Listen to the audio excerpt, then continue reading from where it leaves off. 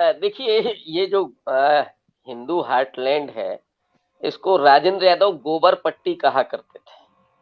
अब गोबर पट्टी का आशय क्या है हम लोग समझ सकते हैं।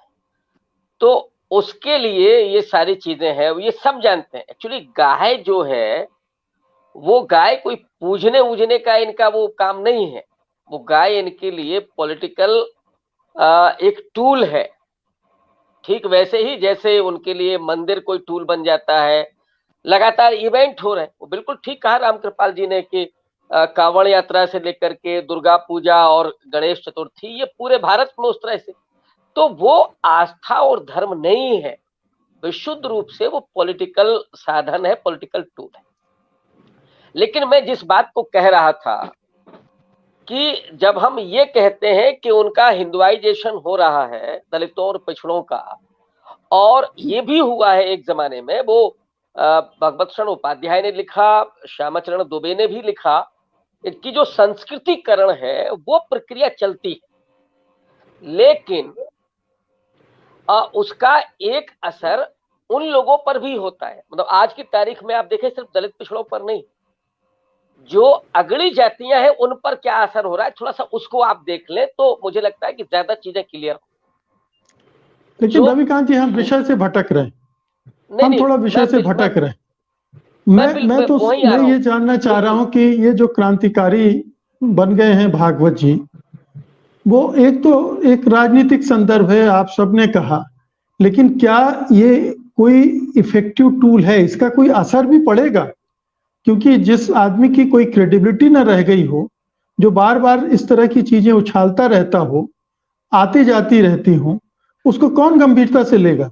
हम आप जरूर आज गंभीरता से लेके बात कर रहे हैं, लेकिन क्या कोई गंभीरता से ले रहा है उसको?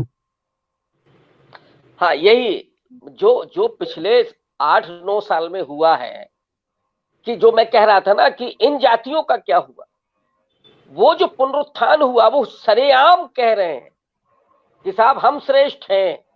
और जब वो अपने आप को श्रेष्ठ घोषित कर रहे हैं, तो इन दलितों और पिछड़ों को क्या प्रभाव पड़ रहा है? मंदिरों से जब उनको धकियाया जा रहा है तो क्या प्रभाव पड़ रहा है? तो क्या ये हिंदुआइजेशन की प्रक्रिया चलती रहेगी? इसीलिए मैं इसकी बात कर रहा था। और मोहन भागवत ने पिछले दिनों ये कहा कि ये जातियां पंडितों ने बनाई है, भगवान ने नहीं बनाई। तो क्या हुआ, उसका एक उदाहरण तो मौजूद है कि 2 बीजेपी के ही लोग झगड़ गए, एक ने दूसरे को गोली मार दी। जो मोहन भागवत का समर्थन कर रहा था, उसको गोली मार दी गई। तो जब आप इस तरह का समाज बना रहे हैं, खास करके वो अग्रणी जातियां जिनको ये लग रहा है कि ये हमारी सत्ता है और वो कुछ भी कर सकती हैं, तो क्या वो मान जाएंगी? और उसकी प्रतिक्रिया नहीं होगी। प्रतिक्रिया क्या एक ही चीज की होती है? इसकी भी प्रतिक्रिया होगी। और उसी प्रतिक्रिया के रूप में मैं देख रहा हूं कि एक तरफ तो वो बुद्धिज्म की धारा चल रही है। हाँ, ये जरूर है कि मैं ये नहीं कह रहा हूं कि वो एक दिन में चीजें बदल जाएं।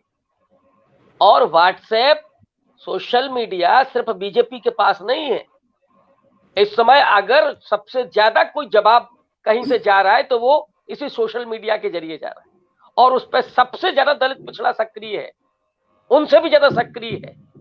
तो यहां से जो छन छन के जा रहा है, उसके जरिए जो मिडिल क्लास बना पिछले 70 साल में, 75 साल में, उस मिडिल क्लास के भीतर जो बेचैनी है, जो उत्तेजना है, और जो पूरा मादा है बदलने का, वो काम करेगा। ये एक दौर है, ये दौर है, इसमें ये सब होगा।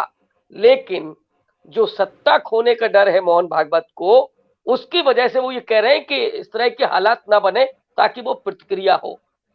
दूसरा जो आपने सवाल पूछा कि मोहन भागवत जो कह रहे हैं उसका क्या समाज में उसको स्वीकार्यता होगी? कौन करेगा उसकी स्वीकार्यता? वे लोग जिन्हें लगता है कि बीजेपी हमारी है, सत्ता हमारी है, जिसमें से एक ने गोली मार दी, वो क्या स्वीकार करेंगे आज की तारीख में? नहीं करेंगे, मुझे नहीं लगता। दूसरा, अगर वो दलितों और पिछड़ों को संबोधित करना चाहते हैं कि नहीं देखिए हम तो बदल रहे हैं, हम तो चाहते हैं कि ये जाति व्यवस्था खत्म हो जाए, धर्म ग्रंथों में कहीं कुछ ऐसा लिखा है तो उसकी भी समीक्षा हो, तो क्या वो स्वीकार कर लेंगे? भाई आप बदलने के लिए, बदलना किसने मना किया कि आप नहीं बदलिए? लेकिन कैसे बदला जाएगा, सवाल ये है। उसका तरीका क्या होगा? क्या इंटरकास्ट मैरिज के लिए मोहन भागवत कहेंगे? नहीं कहेंगे। सहभोज कहाँ होगा? सहभोज में कहानी कौन सी होगी कि मुसलमानों के खिलाफ उनको भड़काया जाए? ये केवल चल रहा है, इसके अलावा और कुछ नहीं है। लगातार उन्होंने वो के मास पर कह ही दिया, तो वो जो सांप्रदायिक जो पूरी प्रयोगशाला है वो जारी रहेगी। हाँ, इसको थोड़ा सा बैलेंस करने की कोशिश हो रही है कि वे अगड़ी जातियों के नौजवान जो लगातार हमले कर रहे हैं वो थोड़े से नर्म पड़े, लेकिन मुझे नहीं लगता कि ऐसा कुछ होगा। और उसकी प्रतिक्रिया में जो हो रहा है उसको ये सह नहीं पाएंगे। वो आज होता है कि 10 साल के बाद होता है, ये यही हिंदुस्तान देखेगा कि होता क्या है। ये मैं डंके की चोट पे कह रहा हूँ। बिल्कुल। फिर मोहन भागवत क्या करेंगे? रामकृपाल जी, अभी जो भागवत जी ने